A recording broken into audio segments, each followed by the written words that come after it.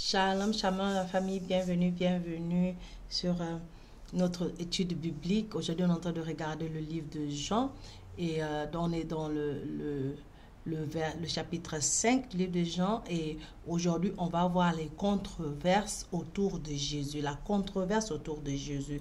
Pourquoi les gens ne pouvaient pas accepter Jésus? Pourquoi ils ne voulaient pas accepter Jésus? Pourquoi le ministère de Jésus était-il si différent que les gens le rejetaient? C'est ce qu'on va voir dans cette vidéo.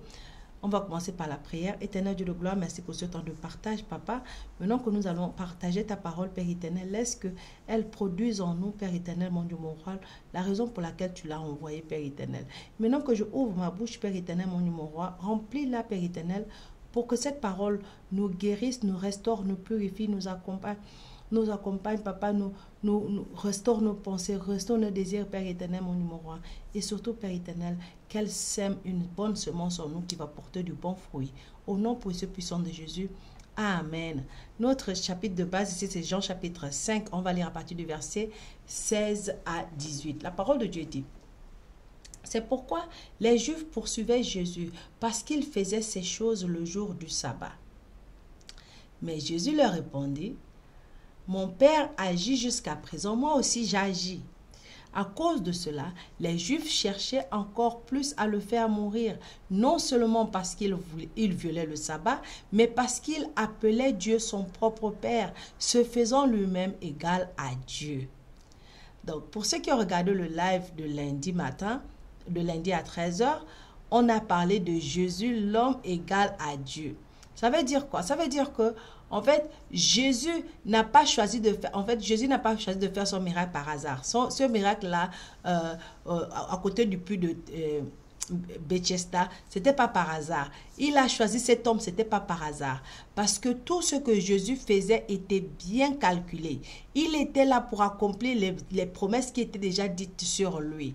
Et c'est aussi pour lui un moyen aussi de montrer aux Juifs qu'il est celui qu'il dit qu'il est. Parce que si Jésus avait fait les choses au hasard, s'il avait ramassé n'importe qui pour guérir, s'il était arrivé à n'importe quel moment, en fait, il ne serait pas connu. On voit que les premiers miracles de Jésus dans le livre de Jean, c'était des choses secrètes. Il a guéri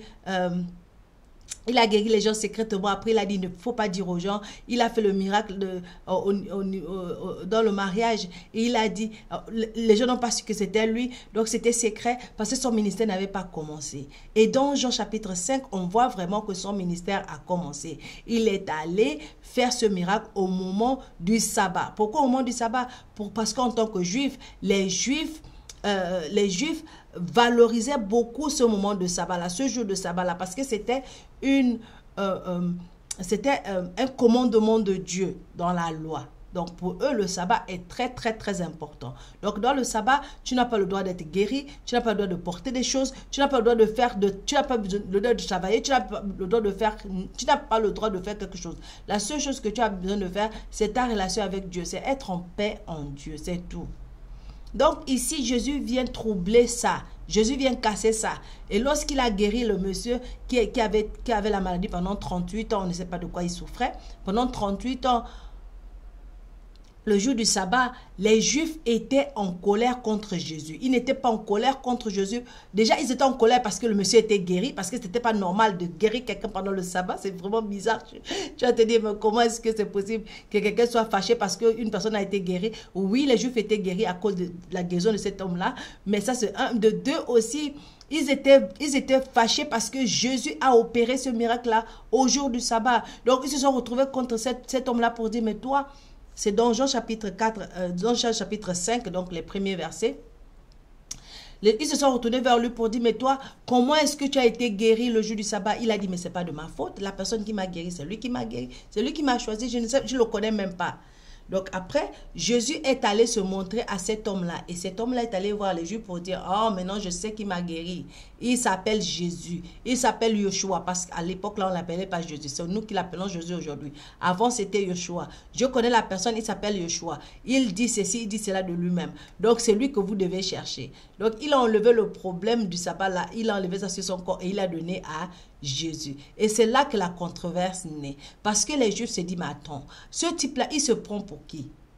Il se prend pour qui? Pourquoi il vient faire ces miracles le jour du sabbat? Mais Jésus n'a pas fait ça exprès. Jésus a fait ce miracle le jour du sabbat parce que il fallait que sa notoriété augmente, s'il vous plaît. C'était sa publicité. C'était la publicité de Jésus. Jésus voulait que les gens parlent de lui. Jésus voulait que les gens sachent qu'il est là. Jésus voulait, en fait, que les gens voient que lui, il était capable d'opérer, que lui, il était celui qu'il disait qu'il était. C'est pourquoi il faisait toutes choses très clairement et très simplement, parce que tout était écrit. Tout ce que Jésus a fait, c'était des promesses qui étaient écrites de Genèse jusqu'à Malachie. Donc, ce n'était pas un hasard. C'était pas un hasard. Donc ici, le problème, c'est quoi? C'est que les dirigeants juifs n'ont pas poursuivi Jésus. Ils n'ont pas poursuivi l'homme. Ils n'ont pas poursuivi l'homme qui était guéri. Non, ils n'ont pas poursuivi. Même s'il avait enfreint la loi. Mais ils ont commencé à persécuter le Seigneur Jésus. En tant que gardien de la foi, les membres du Sanhédrin juif, donc le conseil religieux dirigeant des Juifs, le Sanhédrin, ils avaient la responsabilité d'enquêter sur les nouveaux prédicateurs et enseignants qui apparaissaient dans le pays, de peur qu'un faux prophète ne vienne égarer le peuple. Donc, ils s'étaient penchés sur le ministère de Jean-Baptiste et plus récemment sur le ministère de Jésus. Et donc, pour le ministère de Jean-Baptiste, on a vu ça pour ceux qui ont commencé cette étude biblique avec moi. Ils ont vu qu'à partir de Jean, on va lire dans Jean chapitre 1. Dans Jean chapitre 1, au verset 19, on va lire à partir de là. Jean dit, voici le témoignage de Jean. Lorsque les Juifs envoyèrent de Jérusalem des sacrificateurs et les élites pour lui demander, toi qui es-tu? Donc ils ont mené l'enquête aussi sur Jean pour savoir qui l'avait envoyé, pourquoi il était là, pourquoi il faisait ce qu'il était en train de faire. Et si on lit un peu plus bas, verset 20 dit, il déclara et ne le niait point, il déclara qu'il n'était pas le Christ. Et ils lui demandèrent, quoi donc, es-tu Élie? Et il dit, je ne le suis point. Es-tu le prophète? Il répondit, non. Ils lui dirent alors, qui es-tu? Afin que nous donnions une réponse à ceux qui nous ont envoyés. Que dis-tu de toi-même? Moi, dit-il, je suis la voix de celui qui crie dans le désert, aplanissez le chemin du Seigneur, comme a dit Ésaïe le prophète. Ceux qui avaient été envoyés étaient des pharisiens. Ils lui firent encore cette question. Pourquoi donc baptises-tu si tu n'es pas le Fils, si tu n'es pas le Christ, ni Élie, ni le prophète? Jean leur répondit, moi je baptise d'eau, mais au milieu de vous. Donc là où vous êtes debout là, il y a quelqu'un qui est là, que vous ne connaissez pas encore. Lui, il vient après moi. Je ne suis pas digne de délier la croix de ses souliers. Ces choses se passèrent à Béthanie, au-delà du Jourdain, et Jean baptisait. Jésus n'a pas fait les choses par hasard, et ces gens-là savaient. Ils ont entendu le témoignage de Jean dans Jean chapitre 1 verset 19 et ils se sont dit, donc l'autre là arrive, mais il est où? Il est comment? Comment on va le reconnaître? C'est à cause de ça quand Jésus arrive, automatiquement ils vont poser des questions pour savoir qui il est, pour confirmer est-ce qu'il est celui que Jean a dit qu'il doit venir. Regardons un autre exemple. Qui s'est passé avec Jésus? Encore le jour du sabbat. Jésus ne fait pas les choses par hasard, je vous ai déjà dit. Jésus avait guéri un démoniaque le jour du sabbat. Dans Luc chapitre 4, versets 31 à 37. On va lire. Luc chapitre 4, versets 31 à 37. J'aime trop la parole de Dieu. Luc chapitre 4, versets 31 à 37. La parole de Dieu dit, il descendit à Capernaum, ville de la Galilée, et il enseignait le jour du sabbat. On était frappé de sa doctrine, car il parlait avec autorité. Il se trouva dans la synagogue un homme qui avait un esprit de démon impur, et qui s'écria d'une voix forte, « Ah, qu'y a-t-il entre nous et toi, Jésus de Nazareth ?» Qu'y a-t-il entre nous et toi, Jésus de Nazareth? Tu es venu pour nous perdre? Je sais qui tu es, le Saint de Dieu. Jésus le menaça, disant, tais-toi et sors de cet homme. Le démon le jeta au milieu de l'assemblée et sortit de lui sans lui faire aucun mal. Tous furent saisis de stupeur et ils se disaient les uns aux autres, quelle est cette parole? Il commande avec autorité et puissance aux esprits impurs et ils sortent. Et sa renommée s'est répandue dans tous les lieux d'alentour. Jésus savait que s'il faisait ce genre de miracle-là au milieu des Juifs, ils allaient faire sortir, ils allaient parler de lui, ils allaient faire courir la nouvelle, ils allaient annoncer sa venue, ils allaient annoncer ses œuvres. Donc le Sanhédrin était déjà méfiant parce qu'il savait, il connaissait Jésus. Donc dans les jours qui suivent le miracle rapporté dans Jean chapitre 5, Jésus défendit ses disciples qui cueillaient du grain le jour du sabbat. Le but de Jésus, c'était de détruire ce sabbat-là. Parce que Jésus était le nouveau sabbat. Il est le nouveau sabbat. Donc, il voulait montrer aux gens-là que ce sabbat-là que vous vénérez autant, ce sabbat-là que vous mettez en haut plus que la parole de Dieu, ce sabbat-là que vous voulez, placer à la place de Dieu, en fait, ce sabbat-là, je l'ai déjà détruit. Je l'ai déjà anéanti. Je l'ai déjà rendu... comment on appelle ça? Je l'ai déjà rendu pas nécessaire en fait. Pourquoi? Parce que je suis le sabbat, je suis la paix. Venez à moi, vous aurez la paix, vous aurez le sabbat. Matthieu chapitre 12, verset 1 à 8. Matthieu chapitre 12, verset 1 à 8.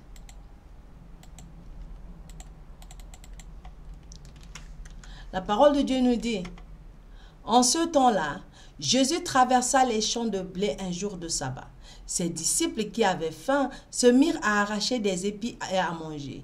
Les pharisiens voyant cela lui dirent, « Voici tes disciples font ce qu'il n'est pas permis de faire pendant le sabbat. » Mais Jésus leur répondit, « N'avez-vous pas lu ce que fit David lorsqu'il eut faim, lui et ceux qui étaient avec lui, comment il entra dans la maison de Dieu et mangea les pains de proposition qui ne lui avaient pas permis de manger, non plus qu'à ceux qui étaient avec lui et qui étaient réservés aux sacrificateurs seuls?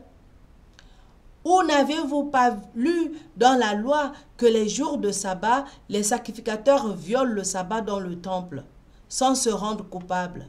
Or, je vous le dis, il y a ici quelque chose de plus grand que le temple. Si vous saviez ce que signifie « je prends plaisir à la miséricorde et non au sacrifice », vous n'auriez pas condamné des innocents, car le Fils de l'homme est le maître du sabbat. Jésus dit, le sabbat que vous êtes en train de chercher là, il est là auprès de vous. Je suis ce sabbat-là. C'est moi que vous devez célébrer. Pourquoi? Parce que je suis la miséricorde. C'est pourquoi il cite cette prophétie qui était déjà faite dans l'Ancien Testament. Il dit, je prends plaisir à la miséricorde et non au sacrifice. On va aller regarder où ça se trouve dans l'Ancien Testament. Cette prophétie a été faite en fait par Michée. Dans Michée chapitre 6, verset 8, la parole de Dieu dit, « On t'a fait connaître, ô homme, ce qui est bien. Et ce que l'Éternel demande de toi, c'est que tu pratiques la justice, que tu aimes la miséricorde et que tu cherches humblement et que tu marches humblement avec ton Dieu. » Voilà ce que Dieu désire. Et voilà ce que les Juifs ne pouvaient pas faire et qui ne comprenaient pas. Pourtant, c'est dans l'Ancien Testament.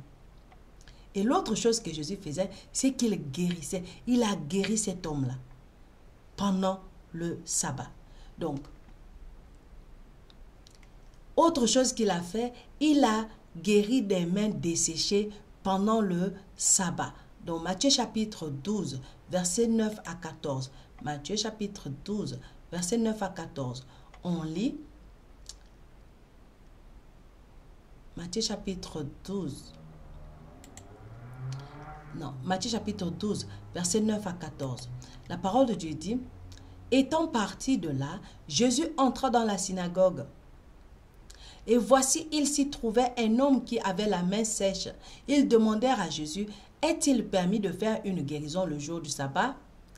c'était afin de pouvoir l'accuser. Pourquoi? Parce que Jésus, c'est pas le premier miracle que Jésus fait le jour du sabbat. Donc, eux, ils savaient déjà que Jésus faisait les miracles et qu'il les faisait le jour du sabbat. Maintenant, ici, la question n'est pas, c'est pas une question de curiosité. C'est une question de réponds, on va t'attraper. Voilà. On veut t'attraper, on veut te prendre la main dans le sac. Donc maintenant, là, si tu réponds, on saura que c'est toi et on aura une raison de te condamner. On aura une raison de t'emprisonner. Et c'est ce qui se passe ici. Alors, verset 11 dit, « Il leur répondit, « Lequel d'entre vous, s'il n'a qu'une brebis et qu'elle tombe dans une fosse le jour du sabbat, ne la saisira pour l'en retirer? Combien un homme ne vaut-il pas plus qu'une brebis?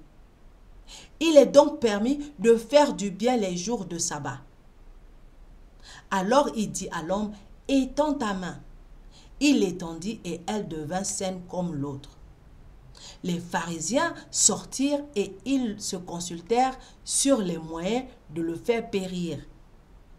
Ils savaient que Jésus était dangereux. Ils voyaient les œuvres de Jésus et ils se disaient, non. Lui là, si on le laisse en vie, s'il continue à faire comme ça là, notre foi est en danger. La loi est en danger et Moïse aussi est en danger. Donc pour l'éviter de continuer, on doit l'arrêter dans son élan. On doit arrêter ce qu'il est en train de faire là. Et le problème c'est quoi? C'est que Jésus a délibérément, il a fait ça exprès. Il a fait exprès d'aller à l'encontre des traditions, des Juifs. Il a fait exprès de faire ce qui était interdit, voilà, par les Juifs et les pharisiens. C'est pourquoi les scribes et les pharisiens se sont levés contre lui, parce qu'ils s'attaquaient à leur foi. Ils s'attaquaient à leur foi. Ils avaient pris le don de Dieu. Parce que le sabbat, c'est un don de Dieu. C'est un don de Dieu pour ses enfants. Ils ont pris ce don de Dieu-là, qui est le sabbat, à l'homme et l'avaient transformé en une prison de réglementation et de restriction. Il y avait tellement de choses que tu ne peux pas faire au sabbat. Imagine-toi qu'on te dit, parce que ce jour-là, parce que c'est un jour spécial, tu ne dois pas être guéri. Ce jour-là, parce que c'est un jour spécial, si tu es en train de déménager, si tu as mis ton matelas sur la tête, c'est un péché. Ce jour-là, si tu as faim, tu n'as pas le droit d'aller en brousse chercher ta nourriture. Tu n'as pas le droit d'aller pêcher. Tu n'as pas le droit d'aller à la chasse. Donc, même si tu as faim, si tu n'as pas pu chercher ta nourriture la veille, tu vas mourir de faim ce jour-là. Parce que sur le sabbat, il est interdit de faire aucun travail. Aucun travail. Donc, si moi là, j'étais à cette époque-là, je ne serais même pas en train d'enregistrer cette vidéo-là si c'était le jour du sabbat. Donc, ils ont gaspillé ce don de Dieu-là à cause des commandements, des limitations, des interdictions qui n'avaient pas lieu d'être. Donc, lorsqu'ils ont confronté Jésus à sa conduite illégale, il a simplement répondu qu'il ne faisait que ce que faisait son Père. Le repos du sabbat de Dieu a été interrompu par le péché de l'homme. Dans Genèse chapitre 3. Et depuis la chute de l'homme, Dieu cherche les pécheurs perdus et pour les sauver. Dans Genèse chapitre 3, Adam et Ève étaient dans le sabbat. Ils étaient dans le repos de Dieu. Ils étaient dans la terre promise. Ils étaient au paradis. C'est pourquoi je vous dis toujours que le paradis est sur terre. Le paradis, c'est un état d'esprit. Et cet état d'esprit, c'est quoi? C'est une paix qui dépasse tout entendement. La parole de Dieu nous parle de ça. La paix qui dépasse tout entendement. Cette paix-là, la parole de Dieu nous en parle dans Philippiens chapitre 4, verset 6. Il dit, « Ne vous inquiétez de rien, mais en toute chose, faites connaître vos besoins à Dieu par des prières et des supplications avec des actions de grâce et la paix de Dieu. Et la paix de Dieu, qui surpasse toute intelligence, gardera vos cœurs et vos pensées en Jésus-Christ. » Donc c'est là que je suis en train de les amener. Pour dire, vous avez perverti ce que Dieu avait prévu de bon pour son peuple. Je suis la terre promise. Je suis le libérateur. Je suis le sabbat. Donc, arrêtez d'empêcher aux enfants de Dieu de mener une vie paisible et sereine par la foi en leur Père. C'est pourquoi Jésus leur dit, je fais ce que je vois mon Père faire. Je fais ce que je vois mon Père faire. Alors, Dieu a tellement aimé le monde. Il a envoyé son Fils mourir. Mais le problème, c'est que le monde a reçu le Fils. Mais le monde refuse de recevoir ce que le Fils a apporté. Le monde a reçu le Fils, mais le monde refuse ce que le Fils a apporté. Et c'est ce que Jésus vient nous dire. Que regarde, ne t'inquiète de rien, ne doute pas, n'aie pas peur. Rien ne va t'arriver. J'ai déjà vaincu le diable. Le diable ne peut rien te faire. Je te donne l'autorité sur la maladie. Je te donne l'autorité sur les démons. Je te donne l'autorité sur le diable. Je te donne l'autorité sur tout ce qui circule dans ce monde. Il n'y a rien qui peut t'arriver. Sois dans le sabbat. Quand il est arrivé chez ces prophètes la première fois après sa résurrection, qu'est-ce qu'il a dit?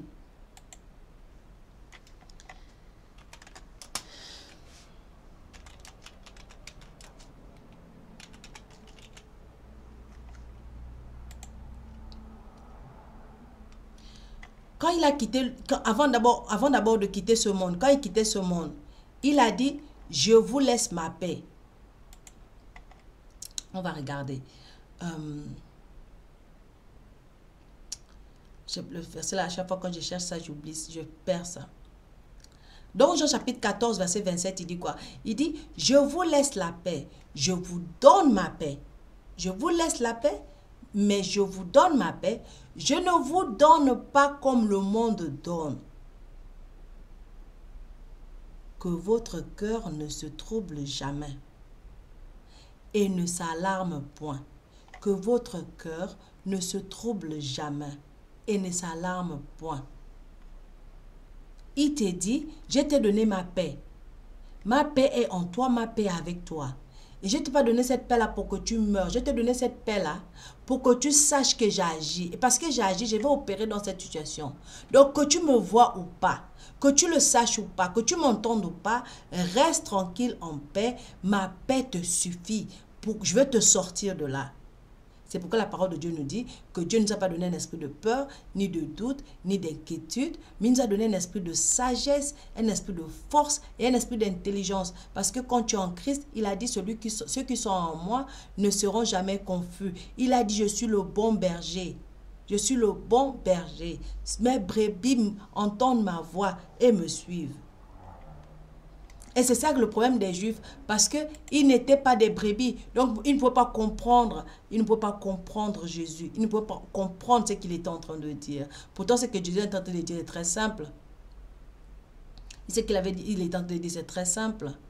Il est en train de dire que le monde a corrompu le sabbat avec les péchés. C'est ce que les Juifs étaient en train de faire dans la loi. Mais depuis la chute de l'homme, Dieu cherche, depuis la chute de l'homme, donc depuis le péché, Dieu cherche les pécheurs perdus. Et Jésus est venu pour chercher ces pécheurs perdus-là, pour les amener à la lumière. Donc, lorsqu'il est guéri dans le sabbat, ce n'est pas parce qu'il le fait exprès, il le fait simplement parce que ce sont les enfants de Dieu. Donc, pour guérir les enfants de Dieu, pour sauver les enfants de Dieu, pour libérer les enfants de Dieu, il n'a pas besoin d'une date spéciale, il n'a pas besoin d'un temps spécial, il n'a pas besoin d'une heure spéciale, il le fait quand il pense qu'il faut le faire. Parce que tout ce qu'il a fait, c'était écrit et bien noté et bien détaillé. Donc, lorsque Jésus a dit « Mon Père », au lieu de l'habituel « Notre Père », utilisé par les Juifs, il a affirmé être égal à Dieu.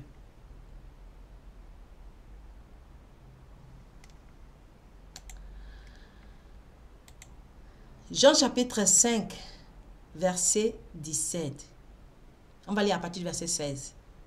C'est pourquoi les Juifs poursuivaient Jésus parce qu'il faisait ces choses le jour du sabbat. Mais Jésus leur répondit, « Mon Père, moi, c'est mon Père, c'est pas notre Père. Moi, je parle de moi, que c'est mon Père.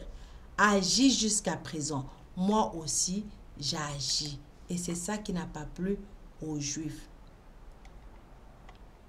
C'est là que les dirigeants juifs ont immédiatement compris ces affirmations et ont changé leur accusation de violation du sabbat en blasphème.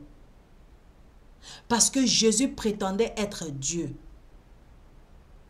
Les théologiens libéraux qui affirment que Jésus n'a jamais prétendu être Dieu ont du mal avec ce passage-là. Parce que c'est un passage qui est très clair. Bien entendu, la peine pour un tel blasphème était la mort. C'est ici que commence la persécution difficile de Jésus. C'est là que commence vraiment la souffrance dans le ministère de Jésus. Qui a commencé en ce moment jusqu'à sa crucifixion. Donc, dans les jours qui suivirent, notre Seigneur confrontera souvent ses ennemis avec leur mauvais désir de le tuer. Parce que il savait, Jésus savait ce que les gens pensaient, il savait ce qu'ils allaient faire. Jésus pouvait ressentir ça, il sentait ça. Il n'a pas besoin qu'on vienne lui dire que les gens là sont en train de s'organiser pour le tuer. Il pouvait le ressentir. Il pouvait le sentir. Et il le savait. Il savait tout, il était Dieu. Il y avait rien qui était caché en lui. Il n'y avait rien. Il savait tout. Donc même quand il marchait avec eux, même quand il parlait avec eux, il savait ce qu'ils étaient en train de penser dans leur cœur. Jean chapitre 7, verset 19 dit, « Moïse ne vous a-t-il pas donné la loi? Et nul de vous n'observe la loi. Pourquoi cherchez-vous à me faire mourir? » La foule répondit, « Tu es un démon. Qui est-ce qui cherche à te faire mourir? » Jésus leur répondit, « J'ai fait une œuvre et vous en êtes tous étonnés. C'est pourquoi vous voulez me tuer à cause de ce que j'ai fait. » On va lire verset 25, dit aussi. Verset 25. La parole de Dieu dit, « Quelques habitants de Jérusalem disaient, « N'est-ce pas là celui qui cherche à faire mourir? N'est-ce pas là celui qu'il cherche à faire mourir? » On a aussi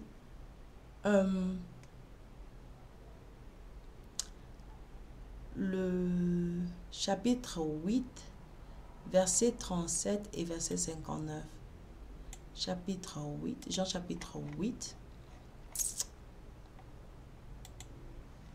Jean chapitre 8, verset 37.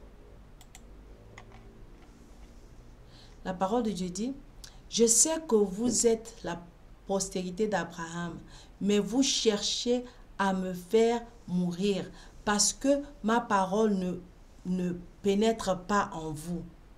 Vous voulez me tuer parce que vous ne me connaissez pas. Vous voulez me tuer parce que ce que je parle ne résonne pas en vous. Vous voulez me tuer parce que vous ne comprenez pas d'où je viens. Vous voulez me tuer parce que tout ce que je suis en train de faire pour vous est néant. Pour vous est vraiment quelque chose que vous ne voulez même pas avoir des relations avec. Donc, vous voulez me tuer parce que vous ne me connaissez pas simplement. Vous voulez me tuer pour rien parce que vous ne me connaissez pas. Et le verset 59 dit, là-dessus, ils prirent des pierres pour les jeter contre lui, mais Jésus se cacha et il sortit du temple. Verset 57, la parole de Dieu dit, non. Verset 56, on va lire à partir du verset 56, la parole de Dieu dit, Abraham, votre père, a tressailli de joie de ce qu'il verrait mon jour. Il l'a vu et il s'est réjoui. Les Juifs lui dirent, tu n'as pas encore 50 ans et tu as vu Abraham. Jésus leur répondit, en vérité, je vous le dis, avant qu'Abraham fût, je suis. Là-dessus, ils prirent des pierres pour les jeter contre lui, mais Jésus se cacha et il sortit du temple. Jésus se cacha et il sortit du temple. Donc, ils ont ignoré les bonnes actions qu'il accomplit pour les impuissants et les désespérés et ont concentré leur attention sur sa destruction. Le plus, c'est comme ça que le diable fait. C'est comme ça que le diable fait. Le diable, quand il sait qu'il ne peut pas t'avoir, il va chercher par tous les moyens pour te nuire. S'il ne peut pas t'éteindre, s'il ne peut pas éteindre ta lumière, s'il ne peut pas éteindre ton feu, il va tout chercher pour te tuer, pour que tu meurs. Mais je vais te dire aujourd'hui, mon frère, ma soeur, ne laisse pas le diable éteindre le feu de Dieu dans ta vie. Ne laisse pas le diable avoir le dernier mot sur ta vie. Ne laisse pas le diable commander les circonstances de ta vie. Si jusqu'à présent tu ne pries pas encore, s'il te plaît, viens prier avec nous à 6 h du matin, de 6 h à 7 h. Le Dieu de gloire va sûrement te bénir. Le Dieu de gloire va sûrement transformer ta vie. Le diable est un menteur et le père des menteurs. C'est pourquoi Jésus nous dit,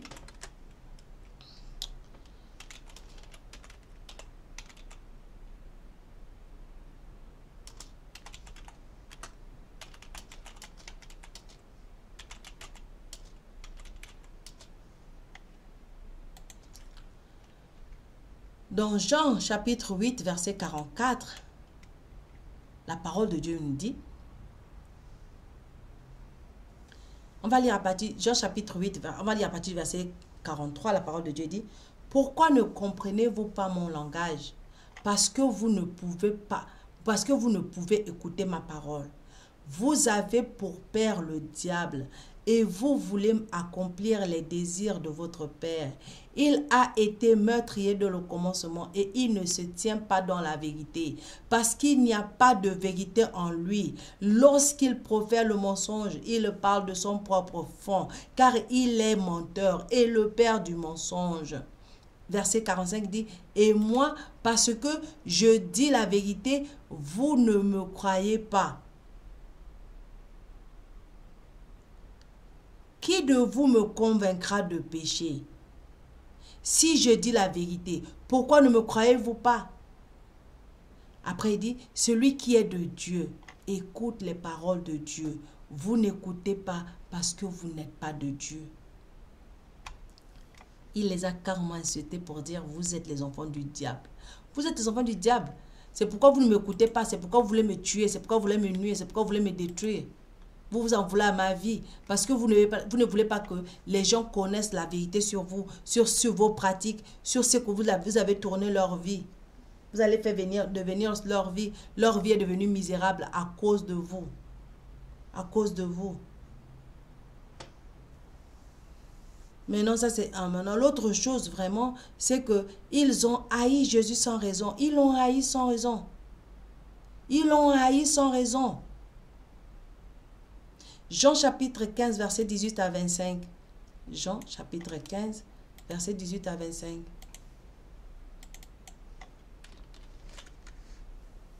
La parole de Dieu dit, « Si le monde vous hait, sachez qu'il m'a haï avant vous.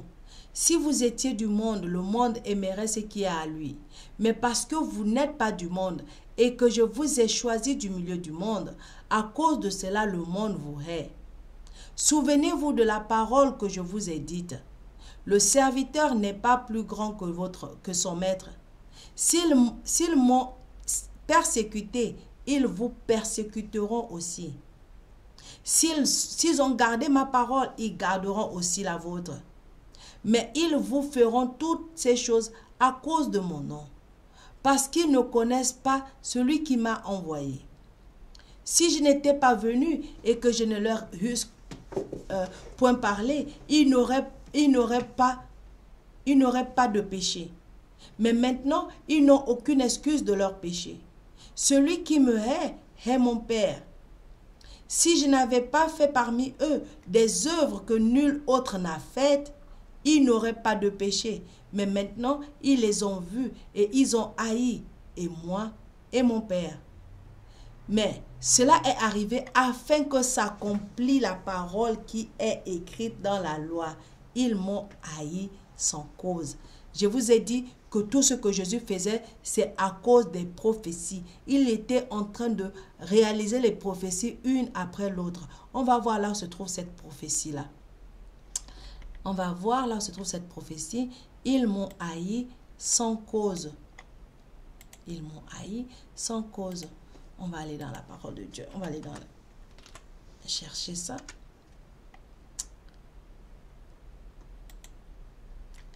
Ça se trouve dans Psaume chapitre 35. On va lire à partir du verset 6 à 7.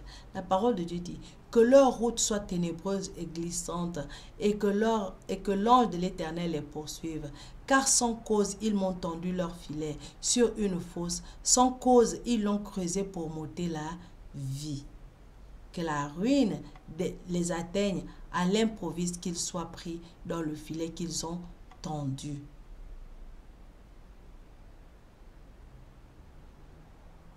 Donc, tu vois que Jésus a vraiment, c'était l'accomplissement d'une prophétie. Donc, le fait qu'il soit fâché contre lui, le fait qu'il cherche à le tuer, c'était une prophétie qui devait s'accomplir.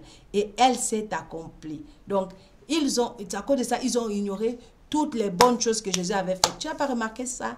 Que quand tu es gentil avec les gens, que tu es bon, que tu es serviable et tout ça là, quand tout d'un coup tu arrêtes d'être bon et serviable, les gens commencent à te négliger, les gens commencent à t'insulter.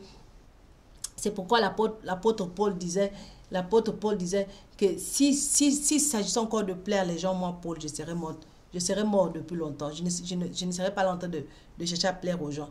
Parce que plaire aux gens, ce n'est pas possible. Tu peux pas plaire aux gens quand tu es un serviteur de Dieu. Donc, c'est ce qui est arrivé à Jésus. Donc, malgré tout ce qu'il a fait, ils n'ont pas vu ça. La seule chose qu'ils ont retenue, c'est que lui, il devait mourir. Parce que ce qu'il est en train de dire et ce qu'il est en train de faire, c'était un danger pour eux, leur foi. C'était un danger pour eux, leur foi. Donc, c'est quoi le thème du livre de Jean? Le thème de l'évangile de Jean, c'est que Jésus est égal à Dieu. Jésus s'est fait égal à Dieu parce qu'il est Dieu. Jésus s'est fait égal à Dieu parce qu'il est Dieu. C'est le thème de l'évangile de Jean. Les dirigeants juifs n'ont pas pu réfuter ces affirmations. Alors ils ont essayé de le détruire et de le mettre à l'écart, tant lors de sa crucifixion que de sa résurrection. Jésus a ouvertement affirmé sa divinité et a retourné les armes de ses ennemis contre eux-mêmes. Il leur a dit simplement que je suis celui que je suis. Je ne suis pas un menteur, je ne suis pas là pour venir vous tricher, je ne suis même pas là, je ne suis même pas en train de chercher votre amour. Même si vous ne m'aimez pas, c'est pas grave. Mais je suis venu vous montrer que je viens du Père, je suis le fils de mon papa. Et l'autre chose qui est encore super avec Jean chapitre 5, c'est que Jean chapitre 5 nous donne un aperçu profond des miracles de notre Seigneur Jésus. C'est que Jean nous montre le miracle, il nous donne le miracle, mais il nous explique aussi les circonstances autour du miracle, les conséquences du miracle. Et pourquoi, il nous donne aussi l'explication de pourquoi Dieu l'a fait et Jésus l'a fait. C'est très, très, très important. Jésus a fait instantanément ce que le Père fait toujours depuis longtemps. Pourquoi? Parce que Jésus nous a dit, il est venu nous montrer le Père. Par exemple, dans la nature, comme mentionné précédemment, le Père transforme lentement l'eau en vin. Mais Jésus l'a fait instantanément. Grâce au pouvoir de la nature, le Père guérit les corps brisés. Mais Jésus les a guéris immédiatement. La nature multiplie le pain à plusieurs reprises, depuis les semailles jusqu'à la récolte, mais Jésus l'a multiplié instantanément entre ses propres mains. Donc mon frère, ma soeur, je ne sais pas ce que tu as dans la main. Je ne sais pas combien c'est grand, je ne sais pas combien c'est petit, je ne sais pas si tu penses pouvoir l'utiliser, je ne sais pas comment tu penses que Dieu peut l'utiliser ou tu penses même plus que Dieu peut l'utiliser pour toi. Je veux que tu prennes le peu que tu as dans tes mains et que tu remettes ça avec confiance en Jésus et dire à Jésus, Seigneur, je remets ceci entre tes mains. Peu importe ce que c'est, peu importe si tu as un don de chant, peu importe ce que Dieu a mis dans ta main comme don, comme capacité, comme idée, comme sagesse, comme intelligence, peu importe ce que Dieu a mis en toi. Prends ça et remets ça entre ses mains et dis, Père, tu as la capacité et tu as le pouvoir de multiplier ce que tu m'as donné, de multiplier ce que tu as mis en moi, de multiplier ce qui est dans ma vie. Éternel Dieu de gloire, je prie au nom de Jésus que tu multiplies cette chose-là pour moi, que tu multiplies mon cœur, que tu multiplies, il va multiplier, il va multiplier. Ne reste pas là assis comme si rien ne s'était passé. Tu es un enfant de Dieu et parce que tu es un enfant de Dieu, la parole de Dieu a été envoyée pour toi, pour que tu sois dans l'abondance et pour que tu aies la vie éternelle. Jésus nous dit, c'est dans Jean chapitre 10, verset 10. Jean 10, 10. Jésus dit, le voleur ne vient que pour dérober, égorger et détruire. Moi, je suis venu afin que les brebis aient la vie et qu'elles soient dans l'abondance. Alors, je déclare au nom précieux puissant de Jésus que tu as la vie. Je déclare au nom précieux puissant de Jésus que tu as l'abondance. Je déclare au nom précieux puissant de Jésus qu'aucun don ne va te manquer, aucun pouvoir ne va te manquer, aucune proposition de Dieu ne va te manquer, aucune promesse de Dieu au nom précieux puissant de Jésus ne va pas s'empêcher de se réaliser. Ce que Jésus a prévu pour toi, au nom de Jésus, ça va se réaliser, ça va se manifester. Le monde va t'entendre, le monde va te voir, au nom précieux puissant de Jésus. Les gens autour de toi sauront, au nom de Jésus, que Dieu a agi dans ta vie, que Dieu s'est manifesté, au nom précieux puissant de Jésus. Je déclare au nom de Jésus que tout ce qui est dans tes mains, peu importe ce qui est dans tes mains, le Dieu de gloire multiplie ça maintenant, il multiplie ça maintenant, il multiplie ça maintenant, il multiplie ça maintenant, au nom précieux puissant de Jésus, pour que tu sois dans l'abondance, pour que tu sois dans l'abondance, que ta guérison se multiplie maintenant, que ta prospérité se multiplie maintenant. Au nom de Jésus, que ta sagesse se multiplie maintenant, que ton intelligence se multiplie maintenant, que ta force se multiplie maintenant, au nom précieux puissant de Jésus, et que tout ce qui te manque dans ta vie, au nom de Jésus, pour accomplir le plan de Dieu, pour accomplir la volonté de Dieu, pour faire au nom de Jésus ce que Dieu t'a envoyé sur cette terre pour faire, au nom de Jésus, et pour accomplir au nom de Jésus les promesses que Dieu a prévues pour toi pour accomplir, au nom précieux puissant de Jésus, je déclare au nom de Jésus, sois maintenant multiplié, sois dans l'abondance, au nom précieux puissant de Jésus, et aie la vie. Je libère la vie de Dieu, de ta tête jusqu'à tes pieds. La vie au nom de Jésus. Je libère la vie de Dieu en toi, au nom de Jésus, pour t'apporter la guérison, pour t'apporter la paix, pour t'apporter l'amour, pour t'apporter l'accomplissement, au nom précieux puissant de Jésus. Et surtout au nom de Jésus, pour t'apporter son shalom, sa paix qui dépasse tout entendement, au nom précieux puissant de Jésus. Si tu as reçu cette paix-là, au nom de Jésus, déclare Amen.